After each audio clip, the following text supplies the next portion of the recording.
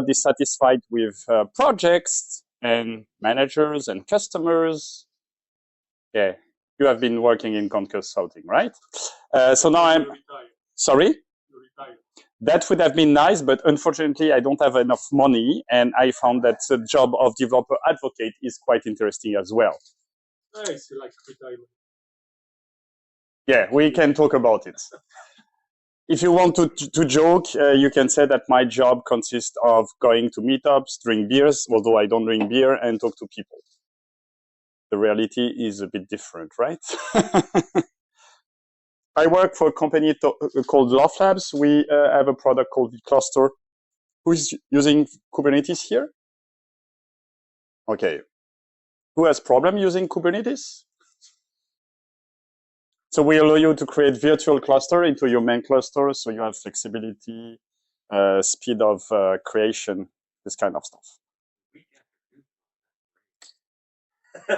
Actually, I came for KubeCon. So in the good old days, as you can notice, I'm experienced. And we didn't know about observability. What we knew about was monitoring. Monitoring were a bunch of people sitting in front of a giant screen wall. And if something happened on the dashboard, then they would log into the machine and try to do something. That was what we called alerting at the time. No PagerDuty, no nothing. It was just manual stuff. The problem is the system are becoming more and more distributed. So even if you are not using microservices, and probably you shouldn't, then you are using distributed systems. And it makes it very hard to just look at a dashboard and understand what's happening. For this reason, we came with something called observability. This is the definition of Wikipedia. I love Wikipedia definition. This one is not that good. It mentions logging and tracing, but obviously it avoids the first pillar, which is the metrics. So observability consists of metrics, logging, and tracing. This talk is dedicated to tracing, but I want to have one slide on metrics and a couple of them on logging. First thing, I assume that every one of you has metrics at the moment. Yeah. That can't be a no. However, what you can do is to have higher level metrics. Most businesses, they don't understand and they don't want to know that your file storage is filled up to 90%. They don't care. What they care about is business metrics. If you want to have more budget to your observability project, provide them with these metrics, like the number of orders in the last hour, the number of orders in the last quarter, anything. Just give them that. You can use the exact same tools. Logging is a bit harder. Basically, I was a young Java engineer who here works on the JVM, by the way, because you mentioned that it was, keep your hands up. Don't be shy. I'm French, but everything will be fine. Couple of you. Python? JVM? Yeah, JVM. JVM language, not in JVM itself. Yeah, like any works on Java, Kotlin, Clojure. Okay, sorry about my semantics. Okay, so most of you, yeah, it's called the London Java community for a reason, even though you mentioned it's like a bit wider. No, I'm not at that level yet. So I was a young Java developer at the time, and I saw my colleagues trying to log or not trying to log, and I realized that there was a huge disparity in the log quality. I was a good engineer, so I tried to log everything and blah, blah, blah. And some people didn't care that much or at all. So I thought, I'm a smart engineer. I will create a Java agent, so something that will change the code at runtime so that I would actually log all input parameters of a method and its return value. In that case, then I don't need to have precise logs anymore because I will have everything. And then I forgot that passwords might be parameters. So that was a great idea, but the implementation was very poor. So the only thing that you can do is to actually put as much effort in your quality, in the quality of your logs as in the quality of your code, which I believe is a huge axis of improvement for most companies and most teams. Also, I noticed something that we are writing logs at the moment, just like we wrote logs 20 years ago. Basically, we write logs for human to read. Again, in the past, if something happened, somebody would log into the machine, read the log files, and understand what happened or not. But that's the best case scenario. Nowadays, it doesn't work like this because first, in a distributed system, you don't know which component actually created the problem. So you don't know which machine to log into. And even if you know, there is a high chance, since you are using containers, that the container is gone. So you can't log into the machine anymore. So what most companies and teams and organizations do, they have log aggregation. They send or they scrape the logs to put it in a central place. Guess what? This central place analyzes the logs and indexes the logs, meaning that for that, the logs needs to be structured. Guess what? If you write for human and you need to ingest it in a system, that means you need to structure first. You first need to structure the log. So you have a component that actually grok your log line or you log lines if you have an exception and put it into the system. It's a component that takes time, that is fragile because, well, what if it doesn't recognize the pattern? And what's the benefit? Who here creates logs for machines and not log for humans? I mean, there are plugins which make JSON, but is it? Okay, that was not my question. My question is, do you use it? Plugins, yes. But So your application produces JSON. That's very good. Who does like margin? Okay, the other half, please do it from tomorrow. It will save time, money, and headaches. Just create directly the log for it to be ingested by your log aggregator. Something also from the past, I learned early in my career, you should never, ever write logs on the console. You should always write on file and the files will be rolling. And nowadays, where do you log? In containers, you log to the console because you don't want to mount volumes and stuff. So it changes all the time. And then from an architectural point of view, as I mentioned, first you need to think, okay, should I pull the log? Should I push the log? Who is pushing? Who is pulling? I mentioned the parsing, avoid parsing at all costs. Then, depending on the industry, you might want to store your logs for a long time or not, because who uses Datadogs, right? It's a bit expensive. And then you need to have your backend to be able to search and to display the log.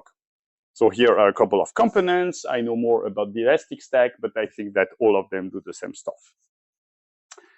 Now comes the real problem, tracing. Again, a Wikipedia definition that you might understand or not. And I prefer mine, which is probably inspired by a lot of others, which tracing is the tracing of a business request across several components in your distributed system to understand where it flows through. In the past, we already had components to actually do the tracing. Zipkin, Jaeger, OpenTracing. The problem is if you used any of them, they were proprietary. Even if they were OpenTracing, they had their own way to actually get and generate the traces. So if you are an architect and you need to choose a framework, a library, or whatever, and you use any one of them, then you need to make sure that it implements Jaeger or Zipkin or OpenTracing. It actually reduces your alternatives, reduces your choice, your options. And I like my options. So when you are in this case, what you do is you have a standard. And not the XKCD standard where you have 14 standards and you create one to bind them all and now you have 15 standards. You need to have a strong governing body to do that standard, and the strong governing body in that case is the W3C. The W3C created a trace context specification. And the idea is you have a HTTP header that carries all the information necessary, and when your component receives it, it reads the necessary information, it creates a new one, and it sends a new HTTP header to other components downstreams. You have two base contexts. Who knows about this specification, by the way? Okay, two, three. It's quite easy to read. I encourage you to read it. 20 pages about it, but I will have a sum up. It defines two concepts. The concept of a trace, which is a business request that flows across all the components, and the concept of span. Span is something that happens in one of the components. Spans belong to a trace, obviously, and they are related to one another through a parent-child relationship. So a span can have 0 or 1 parent, while a parent can have multiple children. No, it still doesn't work. This is the explanation in a visual way. You have a single trace, you have 3 components, X, Y, and Z, and in those components, something happens. So the first thing is, if this is the time that flows, X is the first component, it has no parent, and then there is a call from X to Y and Z that seems to be parallel, and something happens in Y and something happens in Z. That's the basics of OpenTelemetry tracing. Oh, sorry, of the trace context specification. And now you need an implementation. For that, we have OpenTelemetry. So just to be clear, OpenTelemetry is much wider than the trace context specification because it's not only about tracing, it's about metrics and logs as well. It provides you with libraries and SDKs and frameworks so that you don't need to do anything manually. Because you actually could do that manually. You could get the HTTP header, read the information, and like push it to the tracing system. But why would you? Because you are developers, you are lazy, right? Yeah, I love it. You are a good developer, right? Yeah, the best. So OpenTelemetry implements the W3C trace context. It's a merge of OpenTracing and OpenSesus. I think it's interesting because it's one of the few mergers in the open source world that runs really well. Nowadays, it's an CNCF project. It has an open source license. And last time I checked, it had 5K followers on GitHub, which is not too shabby, right? How does it work? Well, basically, you have something that is called the OpenTelemetry collector. Be careful about the name because OpenTelemetry has an implementation of the OpenTelemetry collector. And it's also a concept. So there is a concept of the OpenTelemetry collector, and OpenTelemetry provides an implementation of the OpenTelemetry collector. An OpenTelemetry collector can receive data in OpenTelemetry format. The Hotel OpenTelemetry collector allows you to do filtering, transformation, aggregation, enrichment, and then pushes the data to another OpenTelemetry collector. So you could basically have like multiple OpenTelemetry collectors in succession. But at the end of the day, you need somehow to store the data. And that's OpenTelemetry, the project, doesn't care. It only cares about defining how you get OpenTelemetry data. For example, Jaeger and Zipkin now are OpenTelemetry compatible. Meaning if you are using any of them, who is using Jaeger or Zipkin? Jaeger, good. Then you can say, okay, instead of sending Jaeger proprietary data formats, I would send OpenTelemetry data format. It changes nothing in your infrastructure. Probably you just open a port on the Jaeger side, and on the providing side, depending on your library or whatever, you need to activate a switch. At this point, you are completely oblivious of the implementation detail because everything is OpenTelemetry. Meaning that now you can switch from Jaeger to Zipkin or Zipkin to something else, of Grafana or whatever. And you are in a very comfortable position because now your options, which were limited before, are very open again. Now, this talk is for developers. Who here is a developer? Okay, I will make it. Who here isn't a developer? Yeah. Who said yeah in a very strong voice? Who? You. No, you. What is your role, sir? Okay. So every one of you is a developer, but the lady here. Okay, so I will talk to developers.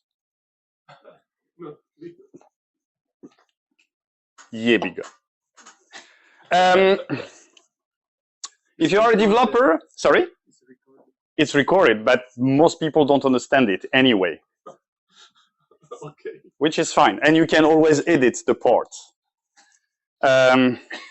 So you are a developer, it depends on your stack. If you work with a runtime, so it means the JVM or Python or JavaScript with Node.js, then you can use auto-instrumentation. Auto-instrumentation is very easy, meaning the developer doesn't need to do anything. At runtime, there will be something that changes the bytecode of the code if you are on JavaScript, if it's not compiled, and then do all the crappy part. If you are not using a runtime because you are using Go or Rust, or if you want more detail and you want to have full control on how you generate your spans, then you will actually do manual instrumentation. Manual instrumentation means, hey, you get the dependency and you use annotations or API or whatever.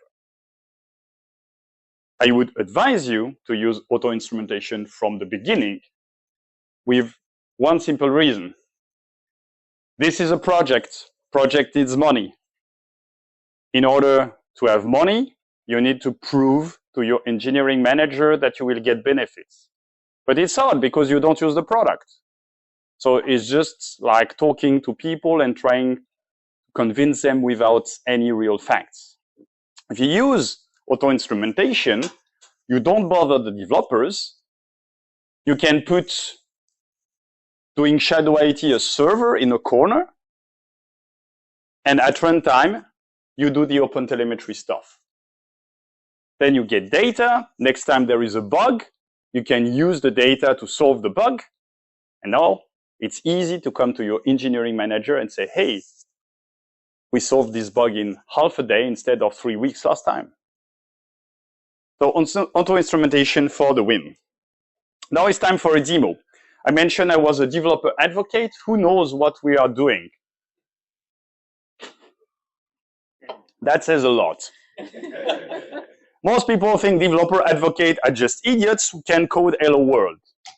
It's true that I'm not that smart and I can code a hello world.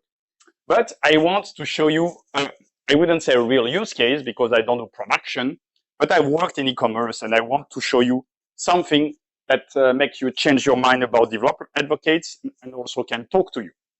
So here is my hello world. This should represent an e-commerce, very simple e-commerce system.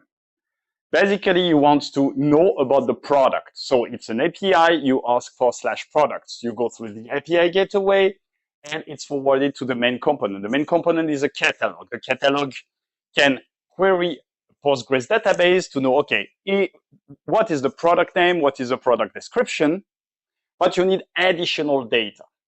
You need to have the inventory, So if the product is in stock or not and where, and also the pricing. So for that, I have other components. The inventory itself will host the different warehouses. And I also want to have some recommendation because as you know, in e-commerce, if somebody asks for a product, you want to push more products.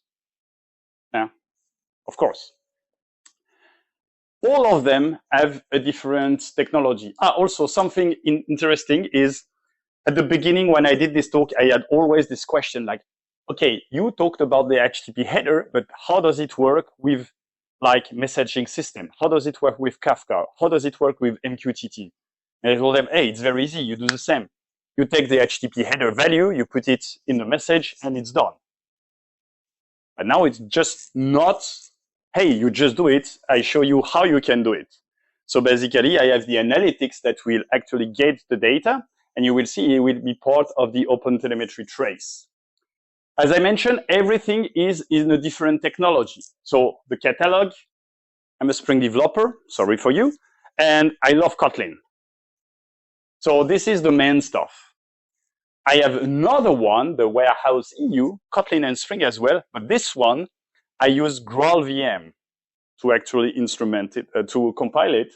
So here on the catalog, I'm using a JVM agent to change the codes at runtime. But as you know, I can't use JVM agents on like native codes. So I need to choose another way to do that. I love Rust, so I did one thing is Rust. I hate Go, but Go is popular, so I did one component is Go. Ruby, I have a Java Quarkus app as well. I have pricing in Python and Flask. And I'm using Valkey as a cache because it's Python, so it's supposed to be slow, so I'm using the cache. Finally, I also will show you how to do like Kubernetes native instrumentation. I told you about auto instrumentation, so at runtime.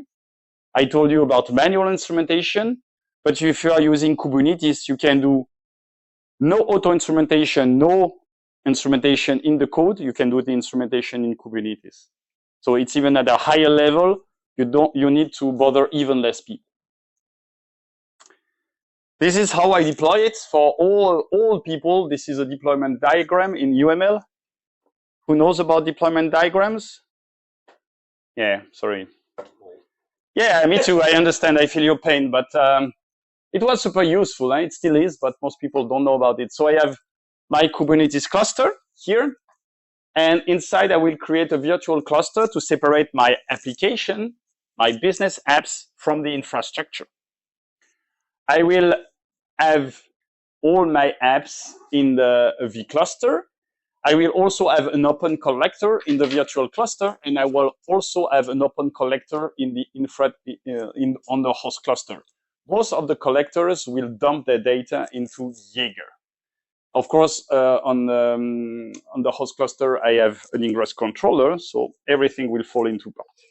There are many, many more components to the vCluster, but I didn't want to do too much stuff. Shall we start? So first thing first, I am here, I'm in the right place. So I will start with auto instrumentation. First, I will create the virtual cluster.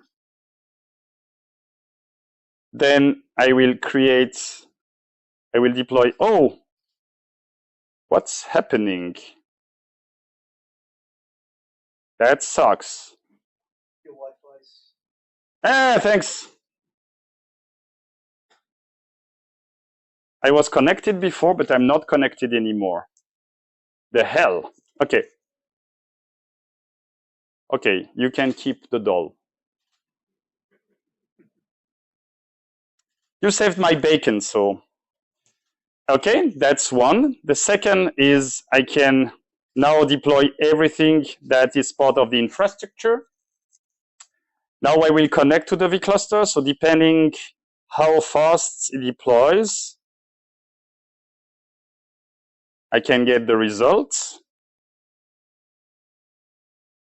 So it's still deploying, and probably it's because of the slow internet. Perhaps I should have checked the internet before.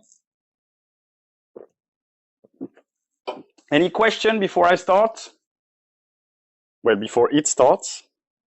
Ah, no, there is a newer version. That's where the problem happens. That's the problem when you do things with internet. Okay, now I have created a virtual cluster. I'm connected inside of the virtual cluster. I can deploy everything in the virtual cluster that is completely isolated from the outside. And here, everything should start quite easily. So normally here, if I get pods, all namespaces. Oh no, I think if I do, of course, alias k equals kubectl, and oh no, I thought it was it's dash yeah, one single dash. So here, everything has been deployed. So I'm very happy about that, and I can start curling. So let's curl.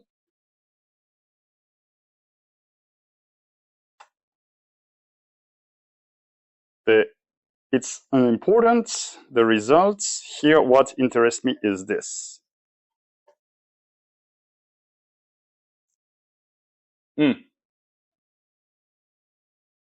So here you can see all the components that are used in this business request. So first we can see all the components in the system architecture.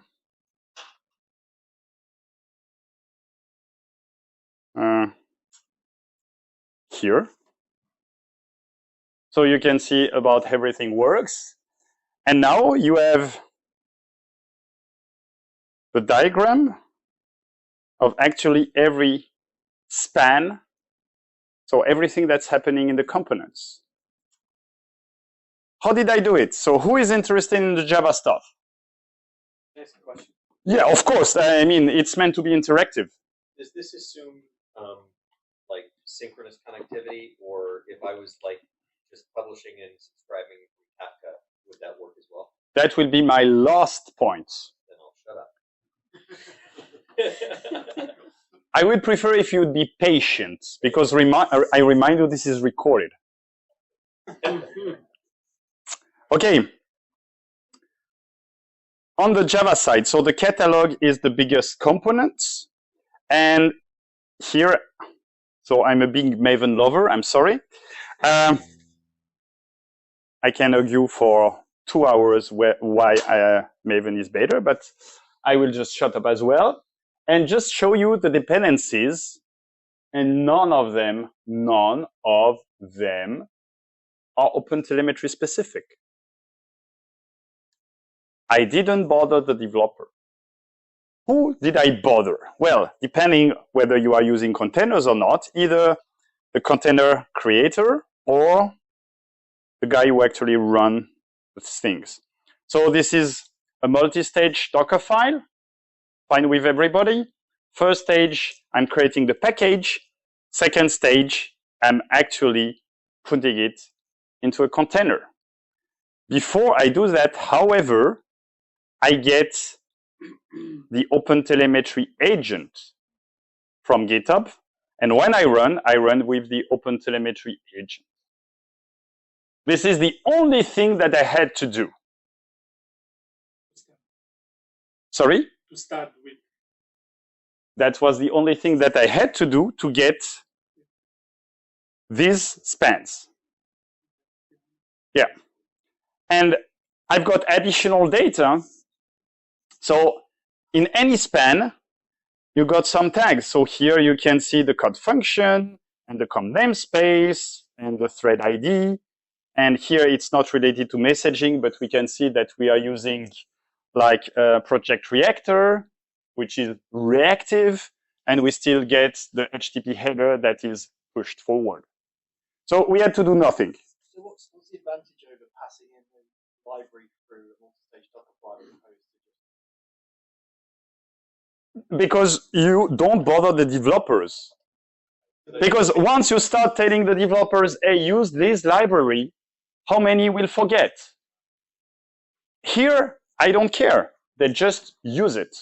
You're essentially forcing them to. No, I'm on the opposite. I'm forcing them to be oblivious of OpenTelemetry, and I defer the concern of OpenTelemetry at a later stage. Here, it's the image creation stage. So this is assuming that you have a DevOps team that's managing your Docker files, that's not the engineers. Of course, if the developers, or perhaps if there is one person in your developer team that needs to do it, then it becomes a developer concern again, but it's only because you are organized like so. It's still differing, but you are organized in a way that basically everybody is interested in this. Yeah.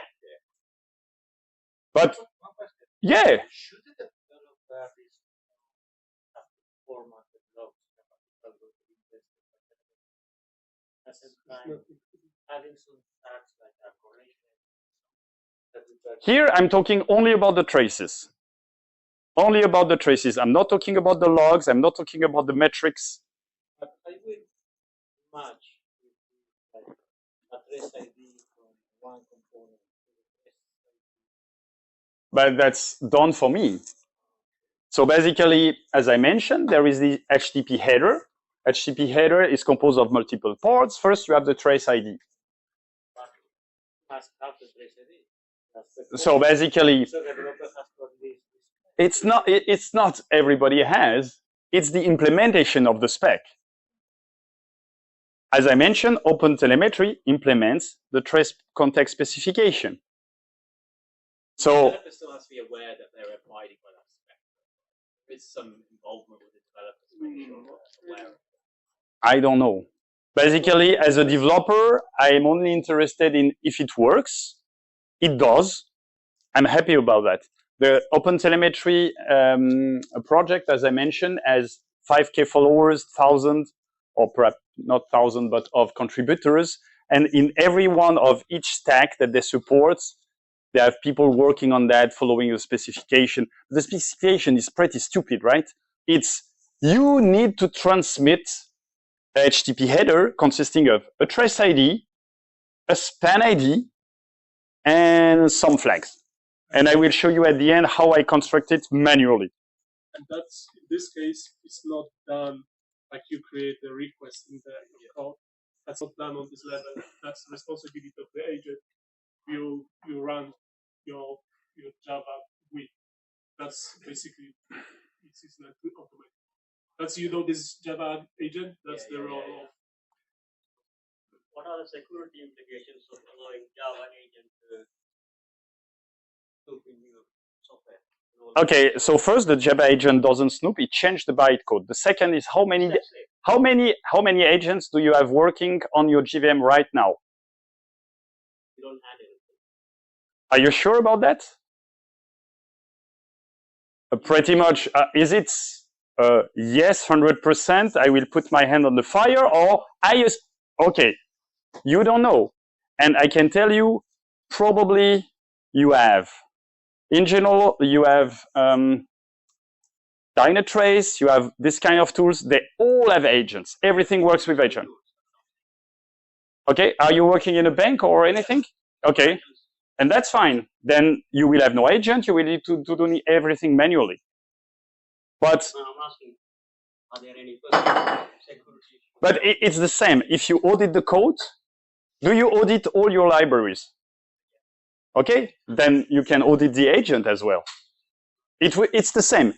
I mean, if at the time you say, oh, we have a security issue running an agent, and if you have no security issue using libraries, then you are in the dystopian world because both are the same. There is no way you can guarantee that an agent doesn't do some bad stuff while a library can do the exact same. With earlier Java version, I had a talk that you were running without the security manager. Basically, I could actually connect to a running JVM, change the bytecode that was running there from a remote JVM, like a JVM working on the same system, but still another one. And nobody cared. Like you had banks running without security manager, which was a huge security risk. So if you trust the Java agent, you trust the libraries. If you don't trust the Java agent, you don't trust the libraries. If you audit the libraries, then you can as well audit the Java agent. Sorry? Because I tried previously my firm using Elastic APM as agent, but I can audit the APM agent because all the code is encrypted. But here it's an open source agent. Yeah, so the open source means. But just audit it. I mean, then you have, I mean, Jamie can talk about it. Once you say, oh, I will audit the source, then you need to be sure that the bytecode is the result of compiling the source. Yeah, so the only thing that you can do in that case is recompile it yourself. Are you recompiling all your libraries from source? Like always is the trust element. Yeah, you know, but if you really want to go down the security road, you need to put a lot of effort into it. If you run in a bank, it might be worthwhile, but then you need to do it properly. It's like having a big fortress around your village and leaving the door open. Yeah, if people go from side, then they will hit the wall, but if they go through the door, it's open bar. There's not really much an agent can do that. Install dependency cartridge. So that's basically depends on the JVM version. Depends a lot on the JVM version. The recent ones, they are pretty safe. The old one, told you, they can do a lot of crap. Yeah. Once you get the say pass through Mm-hmm. then after that is that just one spec? Because I have a lot of monoliths that I have to deal with. Okay, I will continue the talk because I think a lot of the questions can be answered. So here, by default, I didn't do anything, and I have four spans. The first is I received the request. Here I received the request. And I got interesting stuff, right? Yeah, you should come closer. Or have good glasses. The second is I'm using Spring, no Jakarta EE, because I'm using the reactive repository that doesn't depend on Spring, on Jakarta EE data. Sorry, I'm just having fun. Because I'm using Postgres, because I'm using the Postgres driver, look, this is how crazy it is. I have the SQL request. So my question is exactly who decides granularity? That's the default. Yeah. And then you can add more stuff. So you can probably customize that. That will be my next stage. Is that If we have time. is that Yeah, I need to. Is that DB statement an echo of what happened, or is it reading code? No, it's from the driver. It's from the driver. Okay, and then I have the requests. So because I have 10 minutes left, and Marcin is not happy if I spend more time, I won't tell you about the GraalVM stuff. You need to check into the repository, but everything is on the repository. The GitHub one, that will be in the last slide. Next, I will add the Kubernetes instrumentation. So I'm doing the same. No, not this one, not this one, not this one, not this one, this one. So I'm still connected to the virtual cluster. I'm still inside the virtual cluster. We'll deploy the new version.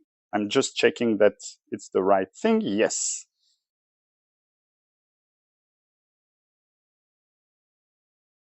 So what is the change? The change is I added something called the instrumenter. That's a magical component that is used by the OpenTelemetry operator. And in some cases, like here in the recommendation stuff, sorry, not on this one. This is on the recommendation or not? I don't remember. Let's do something crazy. I will just kill this.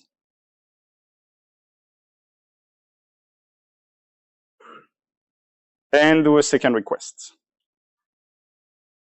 there is a high chance it doesn't work. You have been warned. Yes, recommendation. Recommendation, it's a Python app, but I just want to show it to you. There is nothing in the dependency related to OpenTelemetry. Nothing. There is nothing in the Docker file related to OpenTelemetry.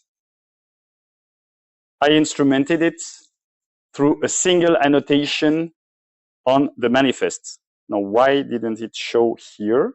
The one you say about Kubernetes, yes? Yes. So this is the recommendation, and it's, where is this? Yes, here. You can do the same with Java. You can do the same with .NET, JavaScript, Go, and Python, of course. So you have 5 technologies in which you don't bother your developers, and you don't even need to bother the image creators. Amazing, right? And I've got a couple of interesting stuff. So here I receive a request, and here I do my select. And here you can see exactly everything that happens. Is that a new capability? Like you don't have to add the libraries directly? That's instrumented by Kubernetes. What I did also is I configured the OpenTelemetry collector, because at the moment I see this flat stuff, but now I say, okay, I can check the data, and actually, sorry, not this one. Where is it? It should tell me something about Kubernetes. Idiot. Doesn't work. Yeah, because I asked, because I've used it before, but I have to directly call libraries in the code. No, you don't. I've never seen this way. Hey, that's why you are here, to learn new stuff, right? Good. Next step is you want it to customize. So let's customize it a bit. So does your Python Flask framework need to know about OpenTelemetry at all? But that's the point. It doesn't. The recommendation doesn't know nothing about OpenTelemetry. It doesn't know in the libraries, and it doesn't know in the Docker file. It's just through a single annotation that I was able to instrument it through Kubernetes. It's not as precise as I had before, but I mean, it's a good first step. How long has it been available? I don't know.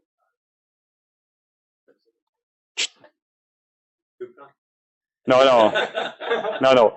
At least I know about it at least in 6 months. So probably more. I can't tell you exactly. So the next is I need to deploy.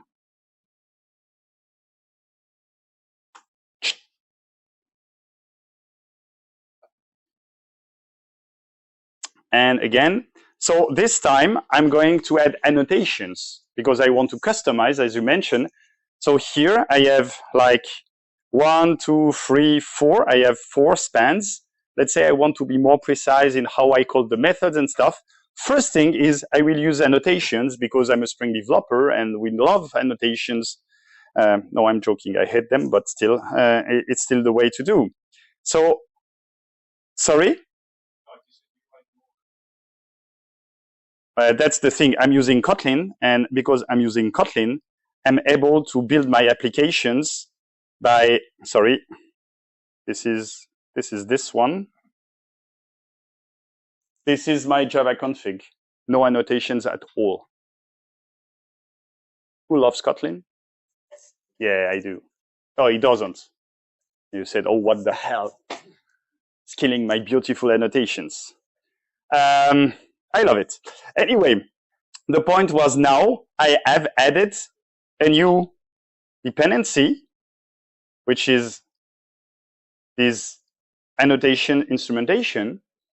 And because of that, I'm adding some additional implementation. So here I have with span, meaning here it will be the start of the span. At the end of a method will be the end of the span, obviously. By default is the name of the method or the function. Here, the same. Here, what I do is I actually override the name. So sorry, it's not the name of the function, it's the unqualified name of the class plus the name of the function. So here I can override it because I say, oh, it's a bit too long. Probably it's very stupid to do that because then people will like lose context with the code, but let's say it's good. And what I'm doing, I want to add an extra attributes into the attributes because let's say I have a bug and I assume that, oh, it's perhaps because I receive a request for product 1 in my catalog and then the request is for product 2 in the pricing, right? So here I'm adding this, I'll artificially create an additional attribute by adding this parameter. Even though I have the product ID in the product, but that's how annotations work, unfortunately. I can't say just here like product ID equals product.id. So on the clean code side, it's not that great, but if I do a request now,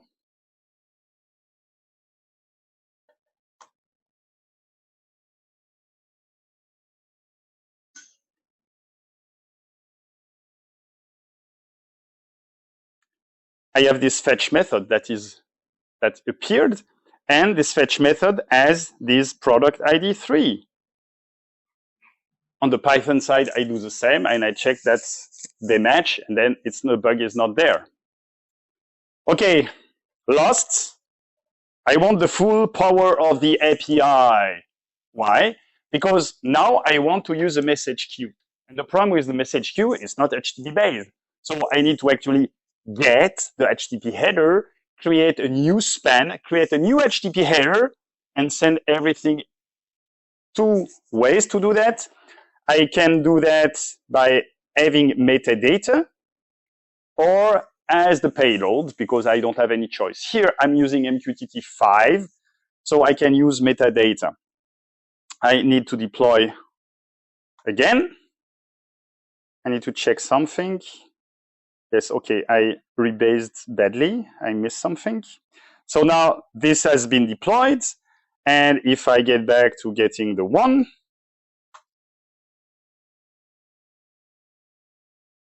and I find the traces, and I wait a bit more because here it's at 26 spans, so not everything has been collected. Now I say 40 spans, now everything has been collected. We can see there is a new component appearing here called analytics. So what is very interesting, see here, you see the flow of the process of the request. And here you see that there is like a time gap, right? Because it has been sent to the message queue and it has taken time to be stored and read on the other side. So if you're interested about the codes, I have 1 minute left, at least. So what I can show you is now I have the catalog, I have the full power of the API, not only the annotations, but the API itself. I created a filter around my controller or my route because I'm using a route. So the filter, if you are, I can show you how it works. This is the filter is here. So every time I receive a request, it will kick in this filter. I get the global OpenTelemetry through a static method. Okay. And when I call the filter, now I have the OpenTelemetry entry points available. Not everything is interesting, but here is something that might interest you. The message holder is basically the message plus the metadata. So that's exactly what I told you about. I get from the span context the trace ID. This is the trace context specification, the span ID, and the trace flags. And I reconstruct by myself a header that is not HTTP, obviously, that I store as metadata. So I use it, I use the same HTTP header name, trace parent. On the other side, so here it's Node.js, I read the message, I read the metadata, and I create a span. And then now it's all part of the same trace. So depending how you use asynchronous messaging, it can be a huge boon or a total problem because your trace spans for 2 days because you don't read it after 2 days and now everything is pushed on one side and the other side. In that case, probably you need to have an UI that allows you to do some filtering or some like zooming in to understand what happens. But if you have problems understanding your system, how your system flows through asynchronous messages, this is a huge boon. And I have 1 minute. How much time do we have for question, Marcin? Unfortunately, we have to leave. We have to leave before 9, so no question. I can leave you with, hey, I'm not the one deciding. I'm just the guest. So. Don't look at me. I'm not the one to decide. And he's a bit bigger than me. Actually, the smallest one decided. So if you are interested, you can follow me on Mastodon, on Blue Sky. You can follow me on Mastodon, on Twitter. Well, you see there's a little problem, right? If you are interested, you can still follow me, but I use it only for like supporting Ukraine. If you are interested in the source, everything is available on GitHub. It's just hidden a bit.ly link so I can check how many of you did actually open the link. In general, not many. And if you want to support my work and what I'm doing, and so I can come next year with the same company, please visit our website. I hope it has been interesting. I have some stickers for you. And well, if you've got any question, just hit me up on any of those social media. Thanks a lot.